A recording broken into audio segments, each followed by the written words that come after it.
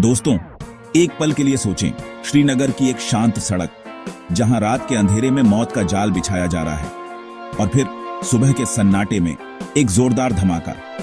23 नवंबर 2002 को लोअर मांडा में एक लैंडमाइन ने 19 जिंदगियां छीन ली। सैनिक, मासूम बच्चे, मेहनती महिलाएं। ये कहानी है उस खौफनाक साजिश की जिसने श्रीनगर को दहला दिया। ये हमला कैसे हुआ, किसने रचा ये जाल, और भारत ने क्या जवाब दिया? चलिए उस दर्दनाक दिन की पूरी कहानी शुरू करते हैं। 23 नवंबर 2002 की सुबह श्रीनगर के लोअर मांडा में एक साधारण सड़क पर मौत ने अपना खेल रचा। लेकिन यह कोई आकस्मिक घटना नहीं थी। यह एक ठंडे दिमाग से रची गई साजिश थी जिसे लश्कर-ए-तैयबा के आतंकियों ने अंजाम दिया। भारत सरकार ने इस हमले के लिए लश्कर को जिम्मेदार ठहराया और जांच ने इस साजिश के चौंकाने वाले तथ्य उजागर किए। आइए इस हमले की कहानी को उसी पल से शुरू करते हैं जब आतंकियों ने अपना जाल बिछाना शुरू किया। योजना की शुरुआत लश्कर-ए-तैयबा, एक पाकिस्तान आधारित आतंकी संगठन जिसका नेतृत्व हाफिज सईद करता था, कश्मीर में सुरक्षा कर्मियों और नागरिकों को निशाना बनाने के लिए कुख्यात था। 2002 में लश्कर के स्थानीय कमांडरों ने श्रीनगर के आसपास कई हमलों की साजिश रची थी। लोअर मांडा की सड़क को इसलिए चुना गया क्योंकि ये सेना की गाड़ियों और नागरिक वाहनों जैसे बसों और ट्रकों के लिए एक व्यस्त रास्ता था। आतंकियों को पता था कि यहां हमला करने से ज्यादा तबाही होगी और डर का माहौल बनेगा। इस सड़क की रणनीतिक अहमियत थी क्योंकि ये श्रीनगर के बाहरी इलाके को शहर से जोड़ती थी। तैयारी। हमले से एक रात पहले 22 नवंबर 2002 की देर रात लश्कर की एक छोटी लेकिन प्रशिक्षित टीम, लगभग 3 से 4 आतंकी लोअर मांडा की इस सड़क पर पहुंची। ये आतंकी स्थानीय स्तर पर भर्ती किए गए थे, लेकिन उन्हें कथित तौर पर पाकिस्तान की आईएसआई से तकनीकी सहायता, प्रशिक्षण और संसाधन मिले थे। उनके पास एक शक्तिशाली pressure activated IED, improvised explosive device था, जिसमें आरडीएक्स, एक अत्यंत विनाशकारी विस्फोटक, के साथ अन्य रासायनिक विस्फोटक भरे थे। जांच के अनुसार ये आरडीएक्स और डेटोनेटर पाकिस्तान से तस्करी के जरिए कश्मीर लाए गए थे, संभवतः सीमा पार के घुसपैठ मार्गों के जरिए। आतंकियों के पास छोटे हथियार भी थे ताकि जरूरत पड़ने पर वो जवाबी कार्रवाई कर सकें। लैंडमाइन बिछाने की प्रक्रिया। रात के अंधेरे और नवंबर की ठंडी धुंध ने आतंकियों को छिपने का मौका दिया। उन्होंने सड़क के एक ऐसे हिस्से को चुना जहां मिट्टी ढीली थी और वाहन नियमित रूप से गुजरते थे। यह जगह लोअर मांडा में एक हल्के मोड़ के पास थी जहां ड्राइवर आमतौर पर धीमे हो जाते थे। एक आतंकी ने छोटे फावड़े से सड़क खोदना शुरू किया, करीब 1 से सवा फुट गहरा गड्ढा बनाया। दूसरा आतंकी निगरानी रख रहा था, यह सुनिश्चित करने के लिए कि कोई स्थानीय या गश्ती दल न आए।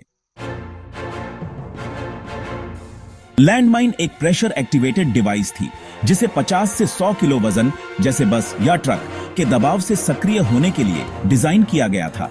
इसमें आरडीएक्स की मुख्य मात्रा थी जिसे स्टील के कंटेनर में पैक किया गया था ताकि विस्फोट की ताकत बढ़े। डिवाइस में एक डेटोनेटर और बैटरी थी जो इसे तुरंत सक्रिय करने के लिए तैयार थी। आतंकियों ने इसे सावधानी से गड्ढे में रखा, तारों को जोड़ा और ऊपर से मिट्टी, कंकड़ और सड़क की धूल डालकर छिपा दिया। सड़क का वो हिस्सा बिल्कुल सामान्य दिख रहा था, जैसे कुछ हुआ ही न हो। हमले का निष्पादन 23 नवंबर की सुबह ठीक 7:32 पर एक साधारण बस लोअर मांडा की उस सड़क से गुजर रही थी। बस में 9 सुरक्षा कर्मी, 3 महिलाएं, 2 बच्चे और 5 अन्य यात्री सवार थे। सैनिक अपनी रात की ड्यूटी से लौट रहे थे। महिलाएं शायद बाजार या रिश्तेदारों से मिलने जा रही थीं और बच्चे अपनी मां के साथ थे। बस का वजन लगभग 3 से 4 टन लैंडमाइन के प्रेशर प्लेट पर पड़ा। पलक झपकते ही एक जोरदार धमाका हुआ। विस्फोट इतना शक्तिशाली था कि बस का अगला हिस्सा पूरी तरह तबाह हो गया। धमाके ने बस को 2 हिस्सों में बांट दिया। अगला हिस्सा हवा में उछलकर जल गया और पीछे का हिस्सा सड़क पर पलट गया। धातु के टुकड़े, कांच और आग के गोले चारों ओर बिखर गए। धमाके की आवाज कई किलोमीटर तक गूंजी और घना धुआं आसमान में उठा। 19 लोग, 9 सैनिक, 3 महिलाएं, 2 बच्चे और 5 अन्य यात्री उसी पल शहीद हो गए। तबाही का मंजर, सड़क पर खून की धार बह रही थी। एक बच्चे का स्कूल बैग जिसमें उसकी किताबें बिखरी थीं, एक मां की टूटी चूड़ियां जो अब खामोश थीं, एक सैनिक का फटा हुआ बैज जो उसकी वीरता की गवाही दे रहा था। आसपास के लोग चीखों को सुनकर दौड़े, लेकिन मंजर देखकर उनके पैर ठिठक गए। तुरंत प्रतिक्रिया धमाके के कुछ मिनट बाद पास की सेना की चौकी से जवान और स्थानीय लोग मौके पर पहुंचे। सीआरपीएफ और जम्मू कश्मीर पुलिस ने तुरंत इलाके को घेर लिया। कुछ घायलों को श्रीनगर के नजदीकी अस्पताल ले जाया गया, लेकिन 19 लोगों की जान जा चुकी थी। पुलिस ने लैंडमाइन के अवशेष इकट्ठे किए, जिनमें आरडीएक्स और डेटोनेटर के टुकड़े मिले। बम निरोधक दस्ते ने सड़क की गहन तलाशी ली, यह सुनिश्चित करने के लिए कि कोई और लैंडमाइन न हो। क्यों हुआ यह हमला? लोअर मांडा का हमला सिर्फ एक विस्फोट नहीं था, यह भारत के खिलाफ एक सुनियोजित जंग का हिस्सा था। 1989 से कश्मीर में उग्रवाद अपने चरम पर था। लश्कर ए तैयबा और जैश ए मोहम्मद जैसे संगठन सुरक्षा कर्मियों और नागरिकों को निशाना बनाकर कश्मीर को अस्थिर करना चाहते थे। लैंडमाइन हमले खास तौर पर खतरनाक थे क्योंकि ये खामोश और अचानक तबाही मचाते थे। इस हमले का मकसद था सुरक्षा कर्मियों का मनोबल तोड़ना, आम लोगों में डर पैदा करना और भारत की सुरक्षा व्यवस्था को कमजोर दिखाना। महिलाओं और बच्चों को निशाना बनाकर आतंकी सांप्रदायिक तनाव भड़काना चाहते थे। 2002 में भारत पाकिस्तान तनाव चरम पर था, खासकर 2001 के संसद हमले और जम्मू कश्मीर विधानसभा हमले के बाद। लश्कर ने इस तनाव का फायदा उठाकर भारत की छवि को नुकसान पहुंचाने की कोशिश की। समय भी अहम था। 9/11 2001 के बाद दुनिया आतंकवाद के खिलाफ एकजुट थी। भारत पर दबाव था कि वो अपनी सुरक्षा मजबूत करे। लश्कर ने इस हमले से कश्मीर मुद्दे को फिर से दुनिया की नजरों में लाने की कोशिश की।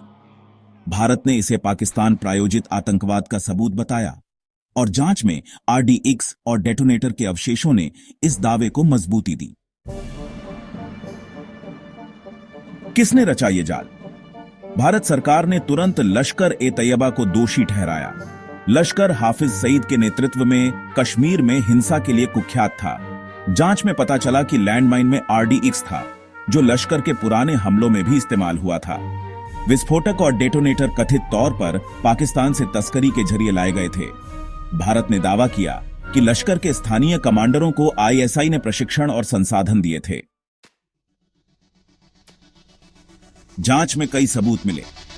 लैंडमाइन के अवशेषों में आरडीएक्स और डेटोनेटर के टुकड़े थे, जिनका डिजाइन लश्कर के हस्ताक्षर जैसा था। कुछ स्थानीय संदिग्धों को हिरासत में लिया गया, जिनके आतंकियों से संपर्क होने का शक था, लेकिन लश्कर ने हमले की जिम्मेदारी लेने से इनकार किया। कुछ मानवाधिकार संगठनों ने जांच की पारदर्शिता पर सवाल उठाए। इस हमले ने भारत पाकिस्तान तनाव को और बढ़ाया। भारत ने इसे पाकिस्तान की आईएसआई की साजिश का हिस्सा बताया। जांच में मिले सबूत, आरडीएक्स, डेटोनेटर का डिजाइन और आतंकियों की रणनीति लश्कर के तरीकों से मिलते थे, लेकिन लश्कर का इनकार और ठोस सबूतों की कमी ने कई सवाल खड़े किए। 23 नवंबर 2002 की वो सुबह लोअर मांडा के लिए एक दाग बन गई। 19 परिवारों ने अपने प्रियजनों को खो दिया। 2 बच्चे जो शायद अपने माता पिता के साथ हंस रहे थे, 3 महिलाएं जो अपने परिवार की रीढ़ थीं, 9 सैनिक जो देश की रक्षा में तैनात थे। उनकी कहानियां अधूरी रह गईं। एक मां का टूटा हुआ बैग, एक बच्चे की बिखरी किताब और एक सैनिक का फटा हुआ बैज, ये सब उस सुबह की चुप्पी में गूंज रहे थे। हमले के बाद श्रीनगर में डर का साया छा गया। लोग सड़कों पर चलने से डरने लगे। बसें और सार्वजनिक वाहन खाली रहने लगे। स्थानीय लोग सवाल पूछ रहे थे, क्या कश्मीर का भविष्य सिर्फ धमाकों में डूबेगा? भारत सरकार ने तुरंत कदम उठाए। सीआरपीएफ, सेना और जम्मू कश्मीर पुलिस ने लोअर मांडा और श्रीनगर के आसपास बड़े पैमाने पर तलाशी अभियान चलाए। सड़कों पर नए चेक पॉइंट बनाए गए और बम निरोधक दस्तों ने अन्य लैंडमाइंस की तलाश की।